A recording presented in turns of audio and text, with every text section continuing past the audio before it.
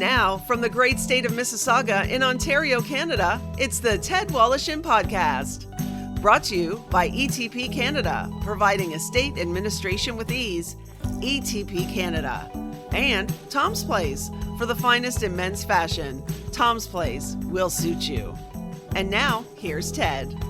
Thanks so much, Becky, and welcome everybody to another edition of the Ted Wallachin Podcast. Appreciate your presence and hope you enjoy today's episode. You know, there's no doubt in the minds of most Canadians that Terry Fox is a national hero. His Marathon of Hope and the subsequent annual Terry Fox runs worldwide continue to inspire millions of people, again, not just here in Canada, but literally around the world. His foundation has raised more than $800 million for cancer research. Broadcaster, author, and publicist Bill Vigars traveled with Terry Fox and his crew and shares today his recollections from this amazing and historic endeavor. You know, it's clear and obvious to everybody that Terry's life and post-life, his legacy touched millions of people and raised millions of dollars and inevitably saved millions of lives, including your own, but in your case, not from cancer. It was at a difficult period of your life when he came into your life at a difficult period for you, right? Yeah, it's interesting. You're the first person to ask me that. It's at the time it was 1979. I was going through a separation. I had actually gone bankrupt. I had a Radio Shack franchise. I was the last person who should have been in retail, and I applied for a job with the Cancer Society. I had always been a volunteer with them back in London and the St. Thomas area where I was from. And they hired me, called back the next morning, said they changed their minds. And so it was devastation. It really was. I didn't know what was going to happen with my life. There's a story in the book about my daughter having a hole in her sock, and I said, I reprimanded her, and there was a hole in her shoe, and I said, "Why didn't you tell me?" And she said, "Daddy, I know we don't have any money." So when something like that happens, it's pretty devastating. You can't even take care of your family. The next month, I applied for a job with the provincial office, head of fundraising and communications for the province. And lo and behold, I get the job. And it turns out two of the people who had interviewed me for the first job were provincial volunteers, and they convinced the provincial office. They said, "Hire this guy. He thinks outside the box." In reality, I don't even know what a box is. So, which certainly helped on organizing the run. So my life, suddenly I was at my hometown, St. Thomas, but I was living in Welland. And within a week, I'm sleeping on my cousin's couch at Wesleyan Church and working at Brewer and Young, and my whole life changes. And then 2 months later, I'm on the road with Terry Fox. But didn't they offer you the job? You accepted the job, but a smaller version of the job locally, and then they called you back to say we're taking the offer back because they found out that when you were a kid in school, you set fire to your school. Oh gosh, you got to bring that one up, but it's in the book. Yeah, well, it's in the book. I didn't make it up. So anyway, I'm 12 years old. I've got a newspaper route. I hated it. And back in those days, newspapers were the size of the Toronto Star. What the Toronto Star used to be on Saturdays. I had 71 customers and had to walk 5 blocks just to start. Anyway, I lived across the street from a high school.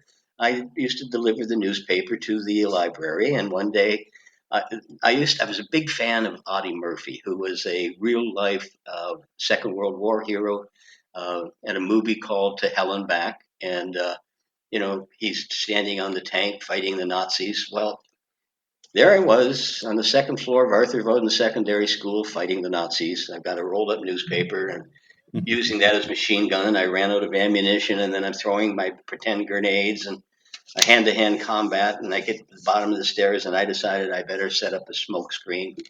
At the time, and the school is still there, it was 50 years old, I take a match and I light a piece of paper on the bulletin board, and the bulletin board goes whoosh. And I'm like, oh my God. And I run out the door, and I'm waiting for the fire sirens, but it never happens. And luckily, coming down the stairs at the other end was the young the president of the student council. The young girl runs down, puts it out, saves the building, but not my ass. And the next day, I'm in grade 7, and I get knocked on the door, and you're wanted in Father White's office. So I have to, our grade school was connected to the high school. You never went there, and I know exactly what it is. I go in, and there are Detective Mycroft and Bert. By the way, I was in first name basis with most of the police in St. Thomas for my. It was always antics. We loved to get chased by the police for no reason. Anyway, the end of the story is the psychiatrist says he's just a normal 12-year-old with a very vivid imagination. So when I got that job, and by the way, I didn't find out why I didn't get the job, and I found it out from Paul Hunter from CBC, who interviewed me on the 25th anniversary. He tells me that story, and he said, "You know why you didn't get that job?" And I went, "I have no idea." He said, "They called the St. Thomas office and said, 'We've hired somebody from St. Thomas.' And they said, 'What? Who?' And it's Bill Vigars." And they said, "You can't hire him. He set a school on fire." So now, who would think that in 1957, and now it's 1980, because something I did at 12 years old leads me into the greatest adventure of my life, I would not recommend it. Yeah, exactly. Yeah. It's a fascinating story. It really is. So you're not working in Toronto, um, and let's go back a little bit and talk about Terry and how he got to the point where he came up with this idea of this marathon of hope. Although it wasn't his idea for the title. Um, he was diagnosed with cancer, uh, and at the time he was given like a 15% chance of survival. He had bone cancer.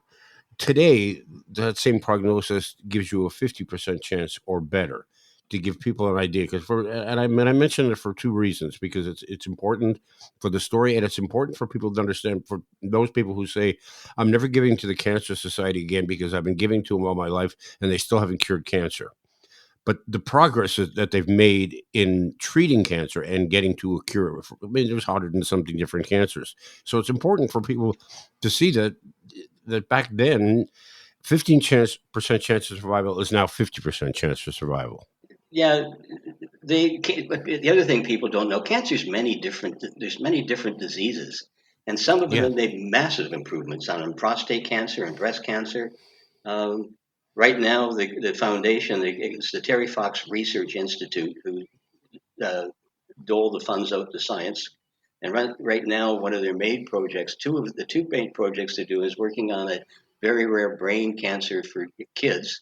And they work in concert with researchers all around the world. And in Canada, along with, I think, Princess Margaret Hospital was one of the main people in that. They've connected all of the researchers across Canada so that they're all feeding their information into one central spot. So they're all sharing it almost real time. Um, and Terry said, when he started, I want to find a cure for a cancer. I'm not a dreamer. I'm realistic. I may not do it, but I have to do what I can. Yeah. And and that's what he did. In the book, there's a wonderful letter that he wrote to his nurse, who was his Yeah. nurse when he got the amputation, and was his Hmm. nurse when. And she's the one who said to him, "Terry, you can either let this ruin your life, or you can go out there and make a difference and do something." And in January of 1980, he writes her a two-page letter telling her what he's done. He ran over 3,000 miles. He didn't just get up one day and start running. He started up and down No. his driveway, around the school track, and he ended up running 3,000 miles before he started the run. Uh, Yeah. so he got an idea, and he went for it. And he also said cancer changed him. He said several times in interviews prior to it, he said, "I was pretty self centered. I only really worried about myself, about playing sports." And he said, going through dealing with the cancer, by the way, when he had his amputation, they admitted him into a kids' ward at Royal Columbian Hospital. because Yeah. the doctors didn't want him in with the old folks with fractured hips, which was brilliant because the nurse talks about how he was more concerned about the kids in uh, that ward who were there with maybe broken arms or that type of thing, not cancer before he started doing research. And he was more concerned about the kids. He turned into a nurse. And he spoke with the children throughout his entire marathon. Whenever he went to speak, whether he in small towns for a handful of people or at gatherings of thousands of people, and it was always kind of a selling point for him to think about the kids. Uh, and it was very effective as well. Something I didn't know about him, there's a lot of things I didn't know about Terry Fox, but one thing that I'm sure a lot of people didn't realize as well, that he was born with an enlarged heart. So when he began his marathon, he was warned by doctors this might not be a good idea for someone with your heart condition. And so consequently, whenever you're traveling throughout the country, make sure you get checked up whenever you can at these various stops, which he never bothered doing. No, the first time it happened was in Newfoundland, and he was supposed to have an examination, and several doctors are sitting around waiting for him. Well, he's 150 miles down the road, and he said, "I'm not turning around and going back." So the cancer center was not happy with him at all. Same thing happens in Nova Scotia and Prince Edward Island. And when I go down to meet him for the first time, I'm sent to lay down the law uh, that he has to have these go to these examinations and show up, or the Cancer Society may pull out. Well, I get down to Edmonton, New Brunswick. I spend 2 days with him. I know mom and dad have already been there and have tried to talk him into it. And I think to myself, I've just met him. He doesn't know me. And this is not the way to start out a relationship. So I never brought it up. Because if he's not going to listen to mom and dad, he sure as heck's not going to listen to me. And of course, in my Right. own way, I go back to Toronto and said, well, I spoke to him. I laid down the law. Yeah, exactly. So he ends up having his leg amputated, and as you mentioned, through the encouragement, much of it, but through the encouragement of his nurse, decides he's going to do something about it, as opposed to just feel sorry for himself.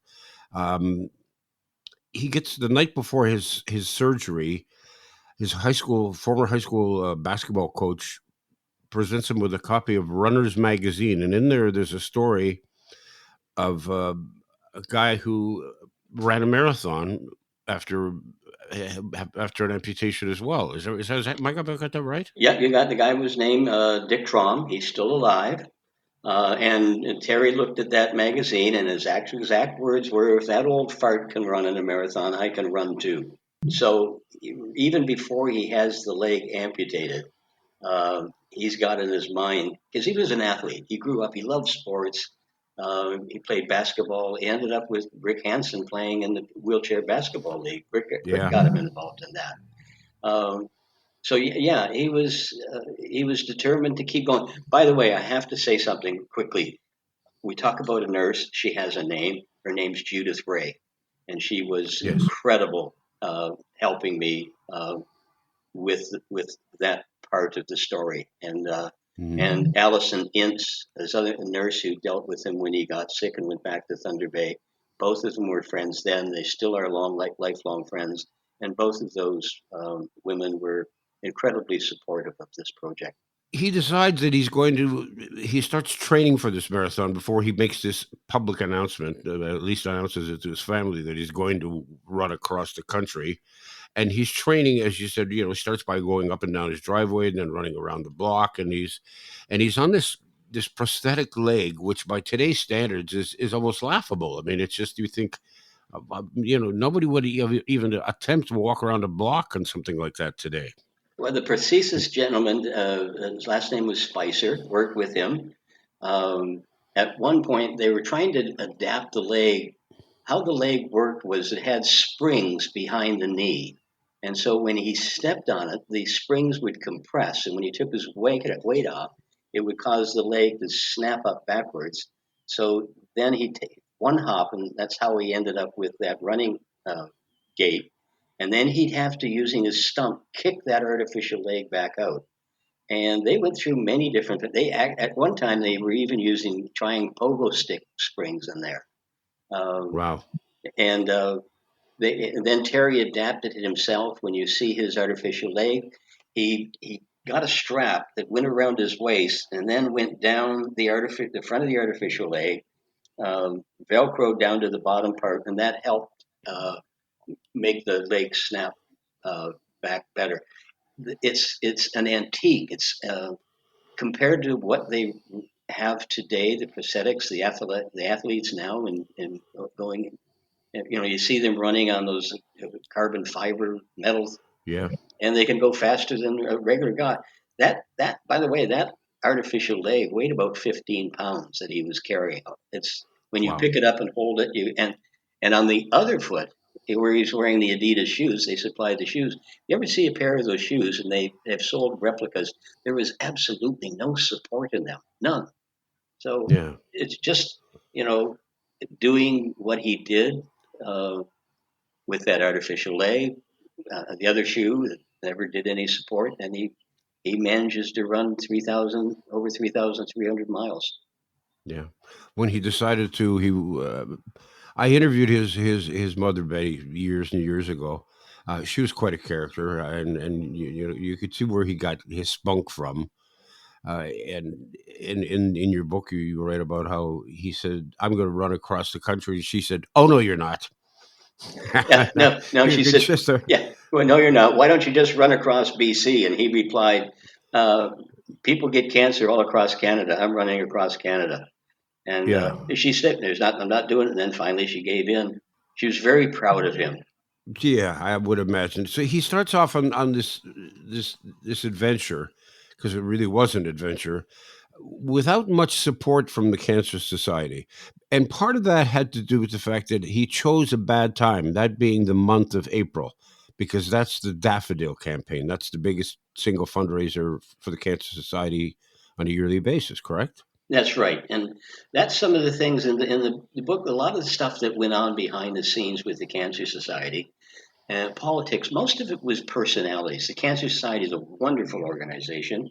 I was a volunteer before I started. I still do once in a while now, but the bureaucracy. As an example, in Ontario, the Toronto division and the Hamilton division did not want anything to do with the run. And they said we don't have the volunteer manpower. And I tried to convince them because by that time I already met them. And I said it's you don't need volunteers. It's itself. It is what it is, and it just happens. So right up until the last minute, and of course the province of Quebec. Unfortunately, the executive director down there said he doesn't speak French, so we're not going to partake. On the other hand, today the Quebec people are the biggest supporters of the Terry Fox Run, and there's more schools and streets and more schools than any other place in Ontario named Terry Fox after Terry and Yeah. Ken. So back in Ontario, there's this big meeting. I get a call from Quebec City from the gentleman John Simpson who was made the documentary. So most of the video you see of Terry, John shot.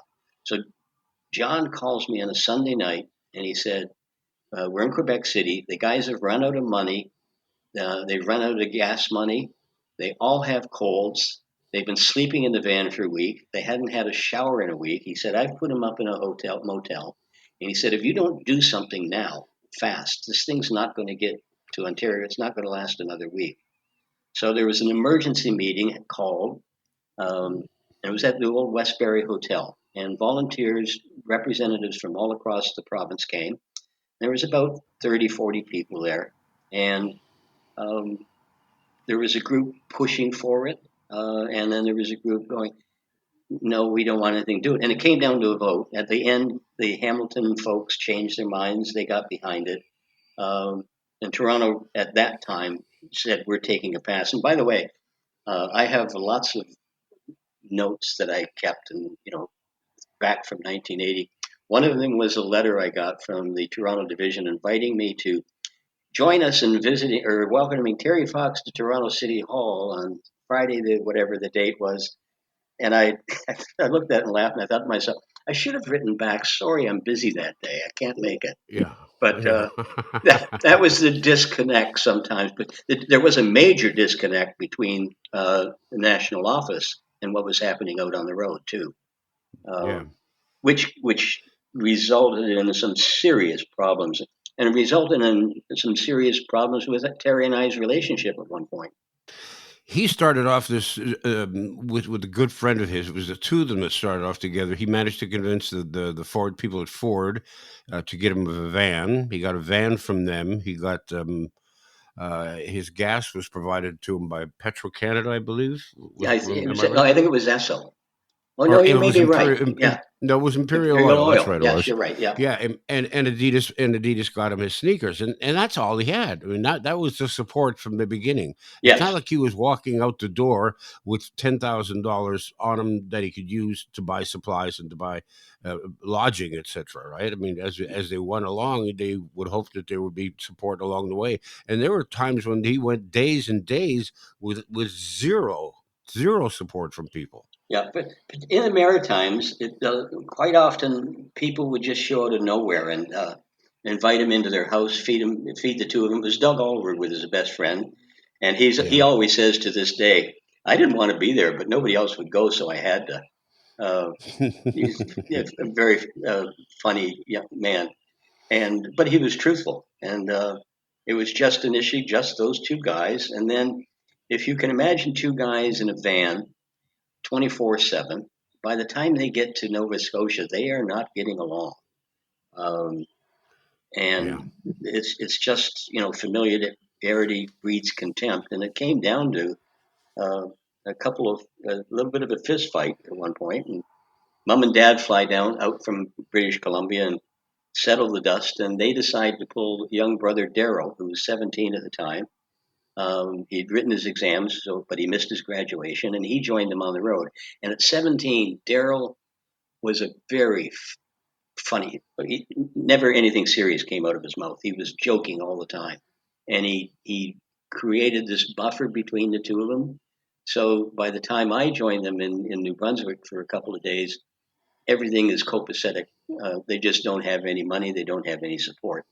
And when I left them at the Quebec border, I told them, listen, not much is going to happen through the province, but just get to Ontario. I promise you get to Ontario, everything will change. I hadn't started anything. I was just going by the seat of my Yeah. pants after seeing him going, this Yeah. thing will blow up. He says he's quoted in your book, Bill, saying knowing that there was going to be very little support as he entered Quebec, and he said, well, it's because they don't speak English. Well, maybe I guess they don't get cancer either. Yeah, but again, going back to that, the people in Quebec never had a chance to find anything about him because Yeah. which is what very closely almost happened in Ontario. Um, at that time, the Cancer Society was splintered. National office could suggest to a provincial organization what to do, but they couldn't make them. And those other provinces had very small staffs, maybe for 2 or 3 people for the whole province.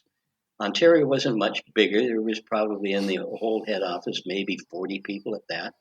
Um, and I was hired to do the fundraising. So initially it was bringing the daffodils in and that type of stuff. And suddenly for 3 months, I disappeared out on the road with Terry Fox, with the support of the executive director, Harry Rowlands, but some of the other staff members grumbling that, what's he out on the road? Why isn't he here? So quite often I would have to leave Terry on the road, drive to Toronto from wherever we are to sit for 2 days doing basically nothing, just to Yeah. show my face. Uh, Just think. As I'm reading through the book, I think to myself, how much easier the whole project would have been had it been done today with the existence of cell phones and social media. Social media alone, by the time he had gotten to Quebec, the entire country would have known who he was and what he was doing, and would have known what he looked like and what he sounded like because of social media. But in his case, there was no media coverage per se, maybe some small town coverage, but who in Quebec was reading a small town newspaper from Nova Scotia? Nobody. no, So, as you say, he was an unknown, and even in Toronto, he was an unknown. Your work with the help of an old friend of ours, the late Jeremy Brown, who was at CKFM at the time, started to get that ball rolling. Yes. To a certain degree. Yeah. Jeremy was unbelievable. The day after I came back from New Brunswick, I used to listen to Jeremy and Don Baynard every morning, and Jeremy had 5 minutes before 8, and he was always funny. Well, this day he wasn't funny. His wife, Brenna, had read Leslie Scrivener's article, which at that time was like in section 4, page 8 of the Toronto Star. It slowly moved up to the front pages, but back then that was it. And Brenna calls him to work and says, "You have to read this article." And he read it. He came on the air that morning, and it was talking about this kid who was running across Canada with one leg, and that he just found this not fascinating is not even a strong enough word. But he said, I'm going to get behind this guy, and I'm going to get the station behind this guy." And I was driving down the Rosedale Valley Road. Instead of going to the office at Bloor and Young, I drive up to the station, ring the back door. Jeremy and I have a coffee. He said, "Can you come back this afternoon?" I go back at 4 o'clock in the afternoon, and he's got all of the station management there, plus some businessmen, young Jack Creed, Quentin Wall, who had owned Cadet Cleaners. I think the owner of Pizza was there. And all I had was 2 Polaroid pictures to show them of this kid. And I tell them the story about Terry, that I've just met him the day before. And I didn't realize at the time it was the biggest sales job I was ever going to do in my life. And at the end of the meeting, Jeremy says, "You do go take care of the rest of Ontario. We'll take care of Toronto." So off I go, driving back and forth between Toronto and Ottawa to all the little towns with those pictures saying this kid's running across Canada. And they said, "Well, if he makes it this far, we'll come." Even to the time when Terry ran down University Ave on Friday, July the 11th, I wasn't sure what was going to happen in Toronto. And those who were there, or those who remembered, or those who have seen the pictures, I remember turning the corner at Queen and at University and Queen, and Toronto City Hall. There's 10,000 people. You can't get through the crowd to get to the stage. Thunderous applause echoing off all of the buildings around it, and I can remember going through I can remember standing in the crowd when Terry got up to the stage, and he's up there, and I didn't say it to him, but I'm looking at Jeremy and I went, "You did it. You pulled it off." And that station went on to raise $500,000. And I became a lifelong friend of Jeremy and Brenna's. Ted Woloshyn returns in a moment. Have you been tasked with the role of a state executor, or expected maybe in the future you will be? Well, if so, let me make your life a lot simpler by introducing you to my friend Debbie Stanley. Debbie is the founder of ETP Canada. They specialize in estate administration.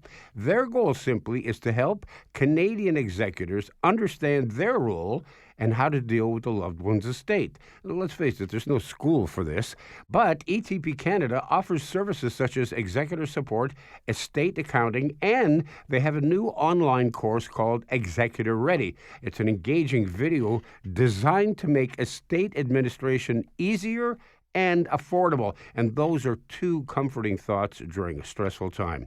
So call Debbie Stanley at 1-866-309-0387. That's 1-866-309-0387. Or you can get her at info@etpcanada.ca. That's info@etpcanada.ca.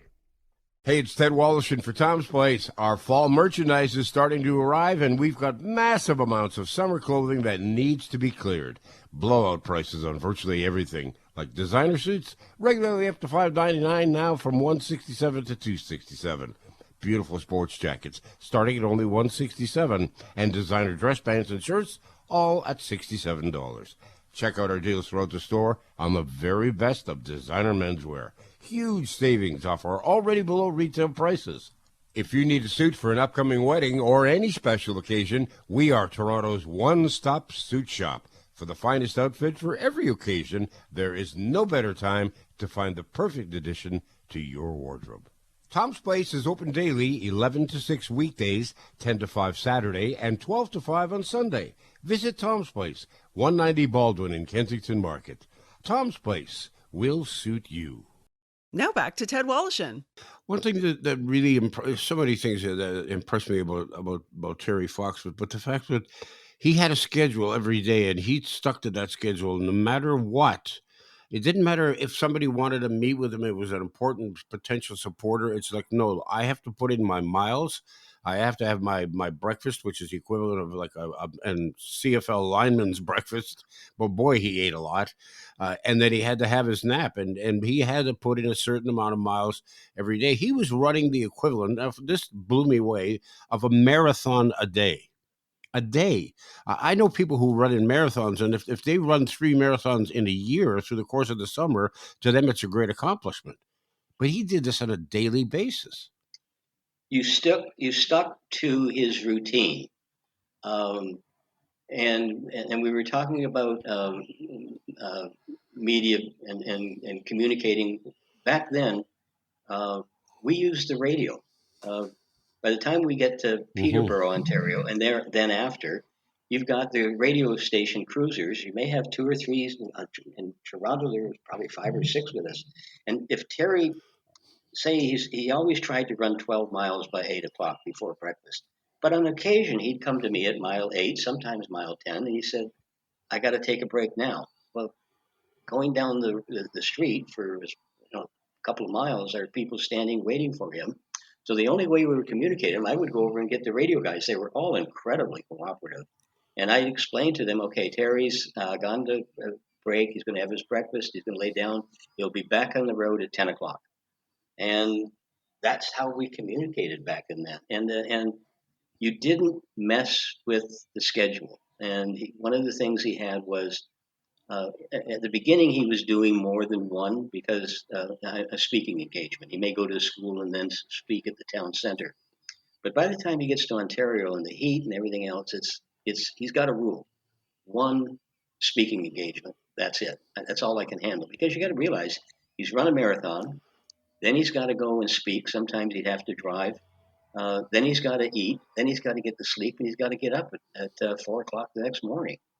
And Yeah. I think a lot of people, some of the people that we ran into problems with, didn't take any of that into consideration. It was he was just a piece to market, and Yeah. that there was one incident that eventually caused Terry and I to have a very big fight, and almost destroyed our relationship. But we brought it back and made it work. But I never, after that, it was a guy who made us do 2 events in one day, and he had done it in Oakville, and now he was doing it up at Georgetown. And God, I wanted to punch him. uh, but anyway, we end up with a big argument, and he actually ended up showing his. My routine was he'd break for lunch. I'd go and grab him something because he sometimes sleep, particularly at lunch, eat in his motel room because he had to have a nap. I brought him his clubhouse sandwich and fries, handed to him, and told him about this. And they were, by the way, they were 30 miles apart. Uh, And one of them was ahead. That's another rule he had. I never go ahead. I always go back. I don't want to see what's ahead of me. And anyway, he ended up throwing the sandwich at me because I've got to tell him that if you don't do it, I'm going to get fired. Uh, and all I can do is slowly pick up the sandwich and apologize to him. And um, we didn't speak the rest of the day. He did both of the events. No one would have ever known that anything was amiss. Uh, he did not let on that he was not happy, but we didn't speak. I left the run for a day. Then I get a call from Doug and said, "You, by the way, they're at Barrie now," and he said, "You got to come back now because he's still angry. He's not speaking to anybody." And I drive up. By the way, my kids traveled with me at the time. They were 8 and 9, which is a side story. But we drive up to Barrie. I sit outside his motel room waiting for him because he's in his nap, and just sitting on the floor. And he comes out, and I immediately apologize to him, and we have this conversation. One of the things he says to me, "Bill, I feel like it's not my run anymore. It feels like I'm losing control." And we had also found out a couple of days earlier that people were making us run into the center of town where we could have taken a bypass. we didn't know the route. We just took for granted we were taking the shortest route. And I, at that point, promised him. He said, "I want to go home. I want to go home as fast as I can." And it was just me and him in the hallway. And uh, I wear my heart in my sleeve, always have. And I promise him it'll never happen again. And we hug, and we both start crying. And we're in the hallway and we're hugging and we're crying. And then I step back and I go, "Okay, you shake yourself up. Okay, nobody can see us crying. You go out that door and I'll go out that door." And it never happened again. Uh, Yeah. if I can continue the story, we 2 days later we're meeting with the organization committee from Sudbury, and they're saying, "Well, we're going to have him run right down to City Hall." And I'm going, "No, we're going to take the bypass." And I get into an argument at the other end of the table. And, the volunteers are usually like lawyers and bank managers and stuff like that. And up until that point, that had been a really nice dinner. But I say, "No, he's not." And we end up getting into this argument whether he's going to take the bypass. At one point, I sink to, "I don't care, Lou. He's not going to do it. Na, na, na, na, na, na." My kids who were sitting at that dinner, they're 51 and they're 52. They still remember that. They couldn't remember Yeah, that Dad started going, "Na, na, na, na, na, that's funny. na." And by the way, 3 or 4 days later, that same gentleman, for the first time, sees Terry's running, turns to me and said, "You're right." The conditions that he ran in, I mean, he ran in blistering heat. He ran in the pouring rain. He ran in weather that you wouldn't even want to go outside in. It was so cold. I mean, it wasn't winter time, but it was cold. But the worst weather for him was when it was windy. Yes. Explain that. Um, Steve Nash, who writes the preface for my book, Yeah, the produced, basketball star. yes, produced a documentary. It was one of the first documentaries for Spike Lee's 30 for 30. And it was to do a documentary on your hero. And Steve did it on Terry. And the name of the and it's the best documentary that was ever made, other than the original one, was called Into the Wind. And he's running east to west. So he's running into the prevailing winds. And as you say, like out in Newfoundland, you can see in pictures he's wearing a toque and sweatshirt and everything, sweatshirt and pants, and it's snowing. And then we get into Ontario, and it's 90 degrees, 30 degrees, and that southern Ontario humidity, sleet, rain, nothing bothered him. But running into the wind, uh, it was really difficult for him to do. And they had tried it once out east. What they did was they uh, opened the back doors of the van, and Doug was driving, and Daryl, his brother, sat on the back bumper. And Terry would run like 2 feet behind the van. And the concept was to try and cut the wind. So around Peterborough, we're running into his really strong wind, and we try and do the same thing. And at one point, and it was painful for Daryl to sit there and, to be 3 feet from your older brother and watching him run, to the point where Daryl talks about that particular day, and it got to the point where he wouldn't look at him; he would just stare down because it was so difficult for him as his brother to watch him going through this. And at the morning break, Terry comes to me and he said, "The exhaust is killing me." And I said, "Well, okay." So he goes for his break, and I get this idea. I go down to the gas station, down to the service place, tell the guy there what our problem is. The guy was down there in a flash. He comes back with one of those hoses, when you're getting your car fixed in the garage and they run the exhaust Yeah. outside. Yep. So Yep. he shows up back at the van. He takes some chicken wire, ties it around the muffler. Um, Doug is working with the guy, and they run that hose. And sometimes you can see that picture of that hose in the van in some pictures. Runs it up to the roof of the van. So it's going to exhaust up there. And they've got it all wired in. And it was Doug's idea. Got to remember, we're in a motel. We're out in the parking lot. There's maybe 20 people standing around. So Doug's up on the roof of the van, and he yells down to Daryl, "Start the truck. I'm going to see if it works," as he looked Mhm. down the hose. Daryl turns the key, floors it, and Doug's face immediately turns black with soot.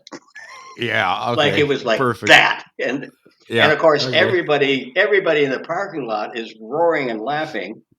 Terry's door flies open. He's about to give us all hell for making and waking him up, and he looks up and he sees his buddy Doug on top of the van with the soot-covered face, and he just doubles over with laughter. So Yeah. it was, and then by the way, shortly thereafter, the wind dissipated, and I think that's the last time we ever did that. Had to do that. Yeah. When did it become or start becoming apparent that that Terry's health was beginning to fail him? Well, first off, none of the three of us, Doug, Daryl, or myself, ever suspected that cancer would return. As you said earlier, we were more concerned about the heart condition. Even that, in reading his diary, he sometimes write about how he became dizzy. Exactly what the doctor told him to stop running was happening, Yeah. but he never told any of us any of it. He was going to finish that run, come hell or high water. And by the time we're on north of Sault Ste. Marie, uh, he seems to have this cough. Actually, the cough started around Barrie, but it would disappear. And when it came back, we thought it was a cold, and then it would disappear for a few days. But by about Terrace Bay, it was almost constant. And it was interesting. Long after the run had finished, a couple of months after, uh, the, the gentleman who did the documentary, he's editing the piece down at his studio, and he calls me. He says, "You have to come down here right away." So I go over there, and he said, "You got to see this." And he had wired Terry with a mic, and he hadn't seen any of the footage he shot. Well, as Terry's running, you're getting a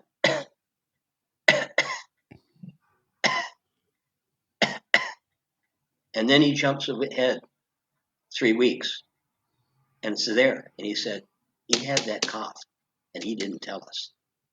Yeah. We think even to this day, brother is the same. I think his mother too, when she's passed away now. Yeah. I think he knew. Uh, Even when he talked in Scarborough at the Scarborough Civic Center, and that wonderful speech where he said, "If I can't finish the run, you have to finish it for me." I, I can't say. I can't read people's mind, but in retrospect, I wonder if he knew it way back then. And when it all came to an end, what were your thoughts, your recollections as you think about it now, some 50 Well, years later? what happened at the end is it was my mom and dad's 40th wedding anniversary down in St. Thomas. So the kids go and have breakfast with him. We're 2 days out of Thunder Bay, and they sit and have breakfast with him. And uh, he had a really good relationship with the two of them. In his diary, he used to write how hanging out with the kids helped him relax at the end of the day. So we had flown down to St. Thomas, and I was supposed to be back up there on the Monday, and uh, and I knew we were going to get into an argument about the bypass possibly in Thunder Bay. And I had warned Doug. I said, "Do not let anybody make him run out of his way." So I decided to wait a day before I flew back. So I called up to let him know I wasn't coming, and I can't find them. And I'm calling around. Finally, I call the OPP, and they say, "Oh, we don't know where he is." Well, that's when I knew something was on, because the OPP always knew where he was. They were with him 24. Like when he was sleeping, they weren't there. When he was on the road, they were there, so they knew damn well where he was.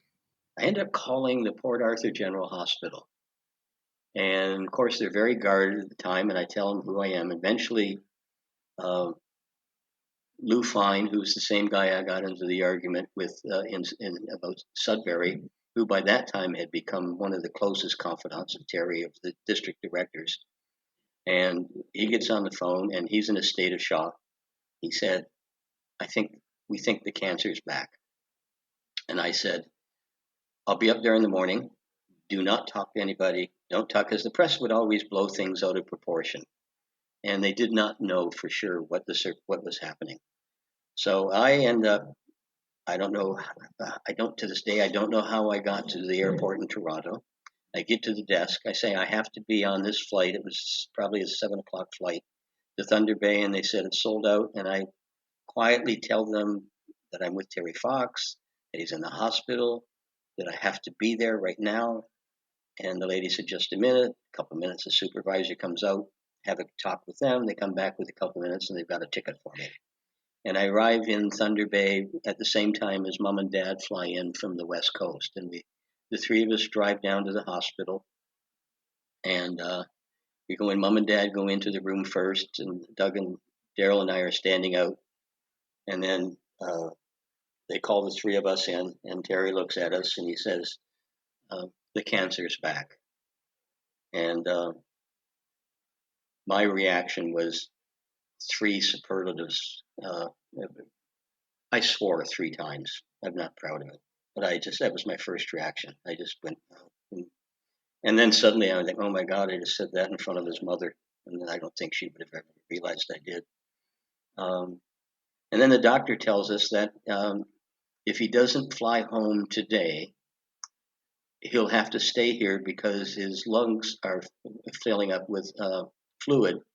And to fly home, he has to fly home laying down. So I go from shock to basically running on auto mode with that Lou Fine gentleman. We immediately go to work trying to find out how to get Terry home. We put the 2 boys on a flight immediately back to Vancouver. I should have let them stay to clean out the van. And a wonderful story about we call the Toronto Star looking, because we got to get a private jet. Air Canada says that we'll fly as far as Winnipeg. Not going to work. He's got to be laying down. So we call the Toronto Star. No, they can't do it. Finally, we end up calling OHIP. And Lou's on the phone. And Lou was, before he was Cancer Society, was a shoe salesman, traveling shoesman up north. And he called a spade and didn't mince words. So he's talking to somebody. We need a flight to get Terry Fox home. And, well, we can't do that. And it goes up. Finally, we get to the head supervisor for whoever we're dealing with. And she said, well, who's going to pay for it? And Lou says, you are. Well, we can't do that. And Lou goes, I've got all of the media from Canada standing outside my door. You want me to go out there and tell them that the Ontario Health will not fly Terry Fox home? One moment, please. 30 seconds later, they come back on. There'll be a plane there in an hour and a half. And so the plane flew in, and Terry did that. But by the way, when he did that speech on the gurney, he was actually downstairs in the Cancer Society office. He had been waiting for the media, and it came, and they were going to carry him up, and he absolutely refused to be carried up the stairs, and got off the gurney and walked up himself. And 2 days before that, he was running a marathon, and 2 days later, he can hardly walk up 12 stairs. But he gets on and makes that announcement that he's got to stop the run. I think every Canadian that saw that can never forget that. And then we head to the airport to get him home. When you think back of all the memories that you collected, Bill, during the course of the marathon and after the marathon, what are the things that not necessarily impressed you the most about Terry, but what are the things that stuck with you the most about him and this project that may have sort of taken you by surprise? That I mean, of course, you would never expect to do any of this in any way, because how could you? But sometimes things happen where you think, well, wow, I don't that really is stuck with me and really took me by surprise. It's 2 extremes. One is the emotion on the run and the hopes that Terry carried on his shoulders from the people he met on the run.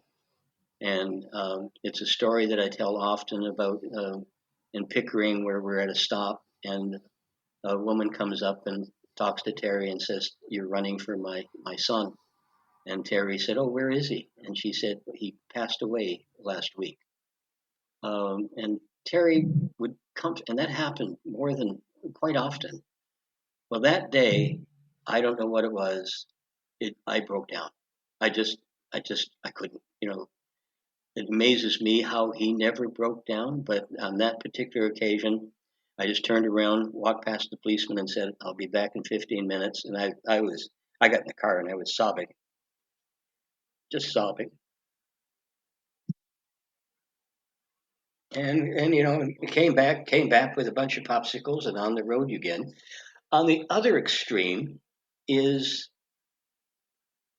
his smiling face. And on the book, that's what I insisted that it have when I speak to schools and stuff like that. I have a favorite shirt, and it's a big smiling face. And Yeah. when he wasn't running, when he wasn't out on the road, that was who he was. And how his legacy has grown since then, he would never ever imagine. Um, my son teaches in China. He's been there for about 15 years. About 5 or 6 years ago, I went over to visit him, and he was sick. I went with his students to a run in Guangzhou. I had no idea what to expect, but it's on a golf course, a high-end golf course, and we're speaking. And the start is on a driving range, and we're on the top level. And I'm up there in China, and I'm looking at 8,000 Chinese students wearing Terry Fox shirts, the same ones that we had in Canada that year. Just the writing is in Chinese, and I can remember thinking to myself, he would never ever believe that what his story became. And it's around the world. There's in different countries raising money in countries that don't normally raise money for research. In China's Yeah. example, it's they don't do that for charity. But Yeah. so his legacy, but mostly I remember our friendship and on those occasions where it would be just me and him and talking about life. Uh, Nobody else around. I remember one time talking about he wanted to know, why do people get divorced or separate. He couldn't understand why at the time Quebec was in that involved of separation. He could not understand why anybody would want to leave Canada. He was a he was a big Canadian man. Mhm. He was proud to be Canadian, and it was those times alone where it's just him and I, where you'd have just to talk about life. It is a fantastic book. There's so much to it. Um, the story itself, I mean, we all know the story is the big picture, but the logistics of organizing such a marathon, such an event, um, the stamina that uh, the way he performed on a daily basis, it's if I didn't know that it was a true story, I would think that this is somebody who's written this fantastic script for a Disney movie because it's so amazing that it is almost unbelievable. It is, and to this day, I physically I don't know how he did it. He was so disciplined. Um, there were so many adjectives I can use about him: self-effacing, humble. Yeah, Um, he had no ego, um, and he was driven by the memory of the kids in the cancer ward. And he would say, uh, people would say, "How can you run a marathon a day?" And he said, "I don't run a marathon a day. I run one telephone post at a time." He said, "I can run yeah. to that telephone post. I can run to the next telephone post, but I can't run a marathon a day." And so Yeah. psychologically, that's how he was able to accomplish what he did. This book, and I highly recommend everybody. And you think, well, why would I read a book? Well, I already know how it ends because it's everything that starts from page one to the end of the book will just blow you away. It is just it's incredibly well written to begin with. The story itself is so compelling. It's a story of a true Canadian hero.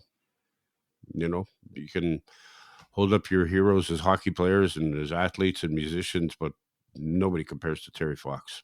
Thank you for writing it. Thank you, Ted, and thank you for having me. It's as you can see, I love talking about my friend. Yeah. That's going to do it for another edition of the Ted Wallachin Podcast. Join us again next week. We drop a new program or episode, if you were, each Thursday, and you can log on to www.tedwallachin, that's WOLOSHYN.ca, and check out some of our past episodes that you may have missed, or maybe you want to hear them again. That's possible. And don't forget, tell your friends about it. Drop us a comment or a question. We appreciate that anytime we get those. And don't forget, when you're on your computer, don't forget to fill out your organ and tissue donation card. You could change or even save a life. Have a great week. The Ted Wallachin Podcast has been brought to you by ETP Canada, providing estate administration with ease. And Tom's Place, for the finest in men's clothing at unbeatable prices. It's Tom's Place at 190 Baldwin in the heart of Kensington Market. Tom's Place will suit you. The Ted Wallachin Podcast is produced by Becky Coles. That's me. Technical production by Paul Gatt. Music by Bike Thieves. To talk to Ted and for more information on his podcast and our sponsors, go to www.tedwallachin.ca.